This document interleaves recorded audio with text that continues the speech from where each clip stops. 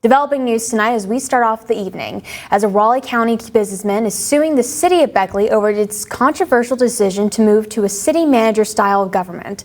Doug Epling filed the lawsuit yesterday afternoon, alleging that the city council broke the law when it passed an ordinance that would establish a city manager and strip the mayor of many of his powers.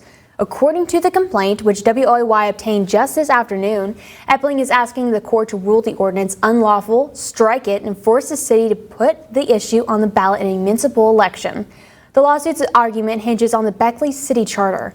The city charter does allow city council to appoint a city manager, but the lawsuit says the ordinance passed earlier this month goes further and alters the powers held by the mayor, which are defined by the city charter and not the city code.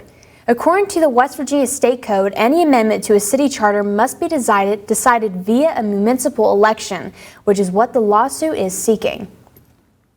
Meanwhile, City Council is still hearing from concerned citizens who are opposed to the change in city government. At the regularly scheduled council meeting last night, multiple people stood up to provide comments in opposition to the council's decision. Earlier this month, the council voted 4-3 in favor of the ordinance establishing a city manager. At last night's meeting, residents said the issue should have been decided by ballot initiative that Beckley residents voted on. During an election year, there was no urgency or no expediency to have rushed this through. And yet here we find ourselves facing a new form of government elected and passed by 4. And we wonder now what other changes will come with that. Will the mayor need to reside within city limits and be a permanent person?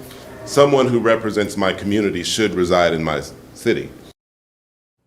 This is a developing story that Newswatch is following closely. Newswatch will continue to bring you updates as we learn more.